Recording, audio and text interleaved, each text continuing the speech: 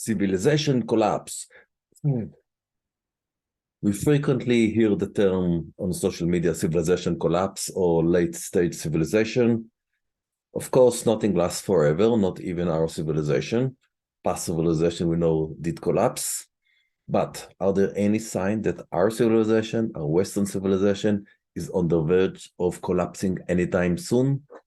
This is a question we are going to explore in today's Science Sci-Fi channel. Welcome to Science Sci-Fi. My name is Ronald Friedman. I'm a science fiction writer and an IT professional, connecting the public to science and technology. In this presentation, I'm going to review past civilization collapse and see if we can see any hints about our current civilization. So let's go right in.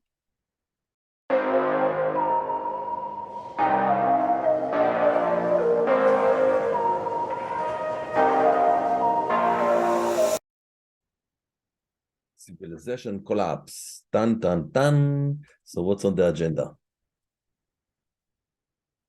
Okay, move this about here. On the agenda, first we're going to talk about the Bronze Age civilization collapse. That's a fascinating topic. We don't have too much about it because it happened a long time ago in history. And we explore what are the reasons that may have caused the collapse. Then we are going to explore the Roman Empire collapse and the reason that caused the collapse.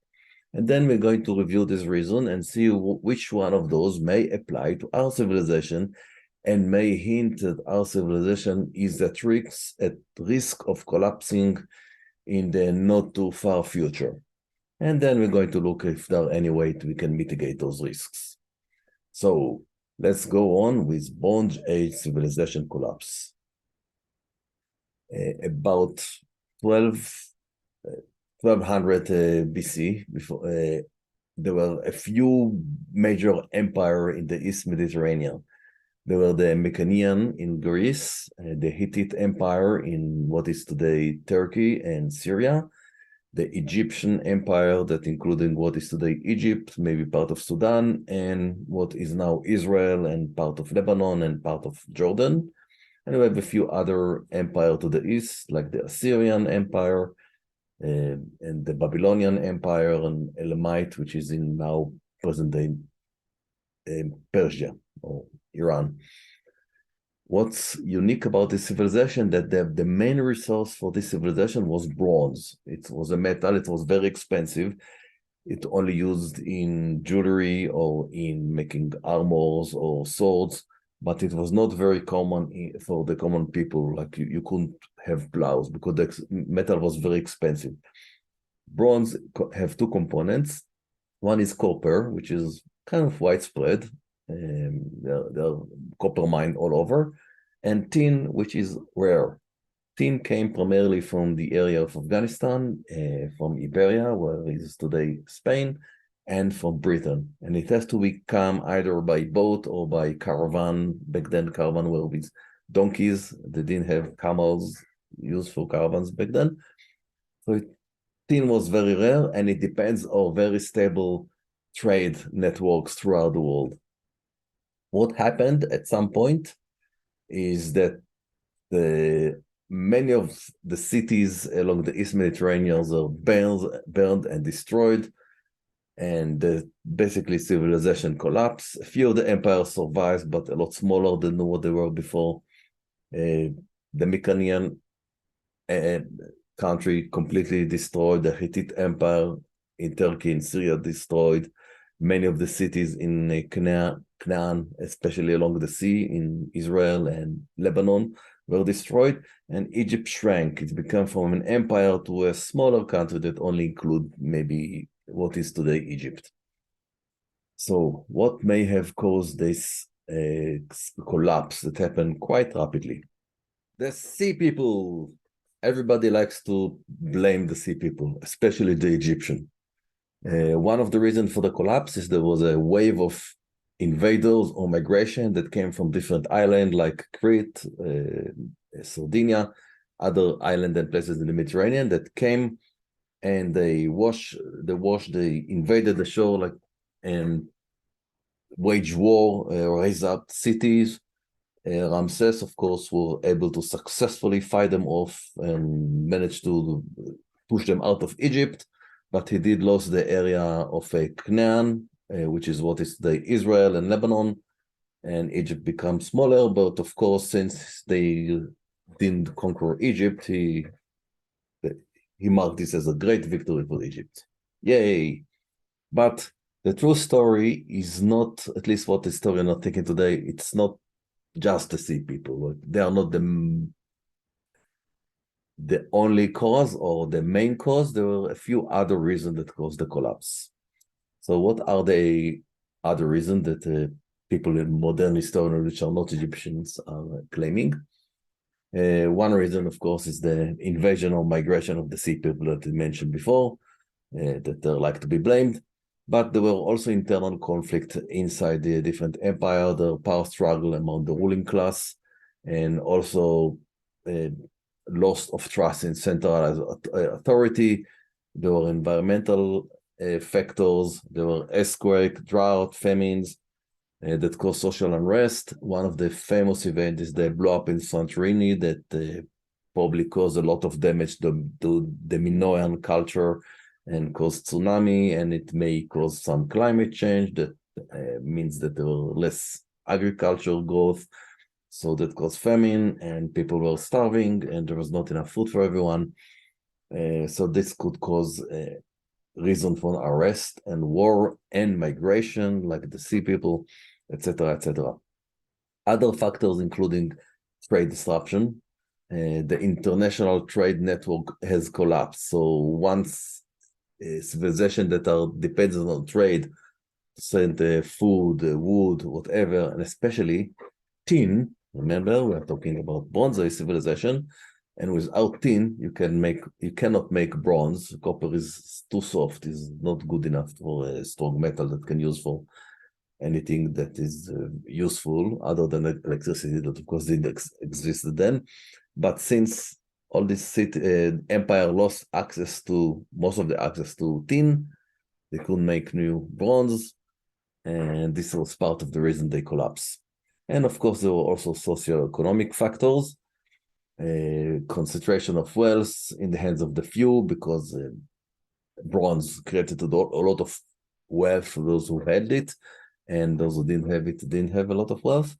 And social inequality led to widespread dissatisfaction and unrest, and so people were not happy. So what was the end result of the Bronze Age collapse? Demise of most powerful civilization in the area. Egypt became smaller. The Mycenaean Empire in Greece completely collapsed. Troy was destroyed. The Hittite Empire was destroyed. Mitanni was destroyed. Assyria also survived, and also empires more to the east in India and China. But this was a pretty devastating event that occurred throughout the Eastern Mediterranean, and a lot of the big, powerful empire of the time either disappeared or becomes a lot weaker. Okay, but one of the good side effects is that since most of the people were lost access to tin and they couldn't use bronze, at least not as widely as before, they started to learn how to forge iron, which is need a much higher temperature, but iron is much more widespread all over, and also it could be forged later. We learn how to make it steel, so it's even a better metal than bronze. And also, since it was widespread, then you can use this for plowing and in much more variety of implication. So it was a collapse, but it led eventually to better results. Now let's move forward to the Roman Empire. The Roman Empire collapsed. At 395 AD, the Roman Empire was divided into two. The Eastern, at least back then, it was supposed to be temporarily. It was the Eastern, they did it for an administrative reason. It was too big to be controlled from one location, so they divided it in two. One emperor was sitting in Rome, and another one was sitting in Constantinople or Byzantium. So the Eastern Roman Empire managed to survive. We'll focus today for another 1,000 years, but we are going to focus today about the Western uh, Roman Empire, which is what led eventually to Western civilization. And the Western Roman Empire, which become separate from the Eastern Roman in 395, by 480, it completely disappeared from the map. It was gone. So what caused the collapse of the Western Roman Empire, an empire that existed as Rome for maybe from, let's say, from as a city from 700 BC or 500 BC, so close to 1,000 years, quite a lot of time. First and foremost, barbarian invasion, especially different German tribes like the Visigoth, Vandal, Ostrogoths, Franks in the area of Germany and France, and eventually mostly Germanic tribe overwhelmed the Roman Empire defenses and the army, and they curve little pieces of the Roman Empire and create their own smaller kingdom all around. So it didn't collapse immediately. It took nearly 100 years. So it lost small pieces, one small piece at a time. And eventually the Romans had to rely on German mercenaries in order to be able to have some kind of an army. But of course they ran out of money. So at some points, one of these mercenaries, Odoacer, just depose of the emperor and make himself the king of Italy. And that was the end of the Western Roman Empire. What was the reasons other than barbarian invasion? First of all, over-reliance of slave labor. So if you have an economy that is based on slave, then the free people don't have jobs. And of course, once the Roman Empire stopped expanding, there was a stop to, they couldn't bring more slaves, so they didn't have the slave that they rely on for agriculture and other labor. Other than that, there was a decline in agricultural productivity. This is primarily for the fertility of the land. After you use it for so many times and they didn't have fertilization process back then, or at least it wasn't good enough. So they couldn't grow enough food to support a big population like the Roman Empire was in the 2nd or 3rd or 4th century. And the population shrank to about 1/3 of what it was at her heights. So if you have a smaller population, you don't have enough people to enlist to the army, you cannot have enough, you cannot raise enough taxes, you cannot maintain large army, and that's weakened the empire and also make the barbarian able to invade and kill vast pieces. If the Roman Empire had good tax base, 3 times as bigger population than what it had during the collapse, they were able to deflect the barbarian. There were a lot of barbarian invasion during the Roman history, and there was Roman most of the time were victorious. But once it became much weaker, they couldn't hold the barbarian back. And also weaken trade networks, loss of resources. They couldn't bring enough material, enough gold, enough wheat from Egypt. So the whole network that all stuff were coming to Rome and dispersed, and the trade that between Britain and Egypt and Turkey and Morocco, all this area couldn't trade with each other as successfully, and this also brought the decline of the Roman Empire. Other reason, weak and ineffective emperors. With the last time that the 5 good emperors that ended with Aurelius, he chose a bad emperor, Commodus. That was the beginning of the decline of the Roman Empire. But once the Roman Empire was divided to 2 and the emperor that ruled the Western Empire, most of them were pretty weak. There were frequent civil wars. Typically what happened, and when the general was pretty successful in battle, bribe his army, let's go to Rome. They went to Rome and deposed the previous emperor, and the new general become emperor until the next general came along. So there were frequent civil wars that weakened the empire. Internal strife weakened the central authority. Didn't trust the authority anymore. It was, and once trust went down, a lot of frequent war, and people didn't trust each other. They were unable to cohesively fight against internal threat and external threat and external invasions. Also, there were administrative and military issue, ineffectiveness, recruitment issue. They couldn't recruit people. People were, since they didn't feel loyal, they didn't want to be to the army. Was a decline in discipline, so the army didn't fight as well as before, at least not when compared to the barbarians. Inflation, what they did with the currency, we can talk about it a little bit later, but basically they took the gold coins and replaced part of it, make it less gold and add more copper. So there was, as time passed, each gold coin has less and less and less gold, and that's created inflation. And it was, a lot of it was part of how the state was handling the currencies. Decadence, social and moral decay, decline in civic virtues, moral values, and social cohesion, internal division, class conflicts. So the rich people, if they'll say there is a barbarian tribe coming along, they thought that, okay, if I'll do an orgy or appease the gods, everything will be fine. Of course it wasn't, because once people start to disconnect from reality and only believe in parties and orgies or whatever belief system they have and ignore reality, then reality just slapped them on the face, which is what happened. Other than that, there was a religious feast, mostly the rise of Christianity. There were internal conflict between different Christian sects, and also the change in the relation of the religious landscape changed how the empires was constructed, and it's destabilized the empire.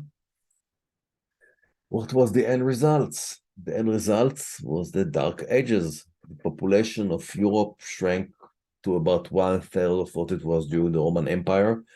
Cities shrank significantly, especially the big cities. For example, Rome, that its population size during its peak was as high as 1.5 million, definitely more than 1 million. It shrank to about 40 or 50,000 people, and during the Black Plague, it even shrank to 17,000. So the once mighty city shrank to something extremely small. Also, literacy in Western Europe shrank. Only priests or monks knew how to read and write. Most of the people did not know.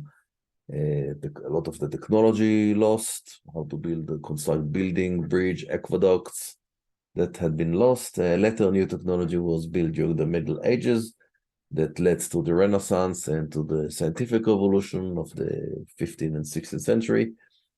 But at least after the collapse of the Western Roman Empire, everything in Western Europe declined significantly. Modern civilization. Do you think we are facing civilization collapse anytime soon? Currently, we are the most powerful civilization in human history. No civilization in history was as powerful as us. We have nearly, depends if you only count the Western civilization or the whole global civilization, but let's say if we are talking about global civilization, we now have about 8 billion people, much, much more than at any time in history. We have technology and power that even the kings of 100 and 200 years ago didn't dreamed about. We have internet, computers, cars, airplanes. We can go anywhere. We are a very powerful civilization currently. But as we know from the golden age of the Bronze Age and the golden age of the Roman Empire, nothing lasts forever. And probably our civilization also will not last forever. But do you think we are going to collapse anytime soon? Well, there are definitely some sign that may suggest that. Modern civilization collapse. I'll make my picture a bit bigger. I think I can do that now. And bigger. Okay, so first of all, as we talked earlier, we are the most powerful civilization in history. Nothing lasts forever. and there are risks. What risk are we facing right now? Well, there are no barbarians at the gates, so okay, no barbarian or sea people about to invade, but there are still high risk of external war that may cause our civilization to completely destroy itself. Uh, the highest risk is the risk of an all-out nuclear war between all the major powers. The biggest tension point that we currently have is one side is with Russia, is the war in Ukraine, and in the East Asia, we have Taiwan. Taiwan is currently a very sensitive situation because Taiwan was considered a Chinese province until, well, it still is considered Chinese province. But China, after World War II, had a civil war between the nationalists and the communists won. Nationalists went to Taiwan. And why Taiwan is so important? Because currently the most about 90% of all the microchip in the world are made in Taiwan. So if there is war over Taiwan, we may lost access to all these microchips, and we may have a nuclear war between the United States and China, or between the United States and Russia. Putin has already been talking about using nuclear weapons in the war. So I don't think the risk is extremely high, but it's definitely not zero. We also have a lot of economic issues, similar to the economic issue that the Roman Empire experienced. Remember, they are going to devalue the currency and they have hyperinflation, which is pretty much what happened right now in most of the countries in the world. They are printing a lot of money, they devalue the currency. The situation in the West is not that bad. It's not as bad as Lebanon or Argentine. But still, we have inflation. Debt ceiling was a big topic in the news recently. It's been rise, so we are losing control over debt. We are losing control over inflation. We're printing a lot of money. We have other economic issue. The wealth gap between the top 1% and the rest of the population is only growing. And this is may cause unrest, it causes unhappiness. And I don't know, in the past, it caused the French Revolution. So we may have something similar in the future. There is a reduction in trust in the central banks and central authorities, people who run the economy. We don't trust them, not as much as in the past anyway. We have a series of financial crises, one after the other. We had the dot-com, we had the subprime. Now banking are starting to collapse, are becoming insolvent because of the interest rate. So the economic system is not exactly very, very stable. Also, we have reliance on small number of manufacturers, like we talked earlier about Taiwan, that make the chips, but also medicine. We have like 2 or 3 big corporations that are making everything. And let's say if we are going to lose them, then we don't have access to medicine, and the next pandemic is going to get up. But economic issues and wars are not the only problems. We have cultural issues, and we have decadence similar to the end of the Roman Empire. If you look currently at the picture below here, that's the difference between Democrats and Republicans. In the 1950s, it was kind of merged. People were, okay, I'll vote Democrats, I'll vote Republicans. But right now, we are starting to have 2 completely separate tribes that hate each other. They people who believe in the tribe, that they make decisions based on what the tribe says, and not based on science or technology, or not based on reality, but based on what the tribe believe. And we have decadence. We have new ideologies. We have ideologies in the 20th century that include Nazism and communism, that were a failed experiment that caused a lot of death. And there are new ideologies that are forming right now, new religion, perhaps you can say. Social media is causing interruption. Now people could control the crowd a lot better than in the past. There are a lot of people who fight each other and hate each other and argue with each other. A lot of anti-science and anti-intellectualism. on the internet. So not very stable. Again, luckily, there are no barbarians that are about to invade, but civilization doesn't look extremely stable right now. Another issue that I did another video on it about population collapse is that fertility rate is in the decline, and in most of the world, actually in all the world. You can see at the bottom, right now, in order to have a stable population, you need to have 2.1 children per woman. If you want to see the title, I have to move the video. So if you don't have 2.1 children per woman, that if it's a smaller number than that, then each generation is going to be smaller than the previous generation.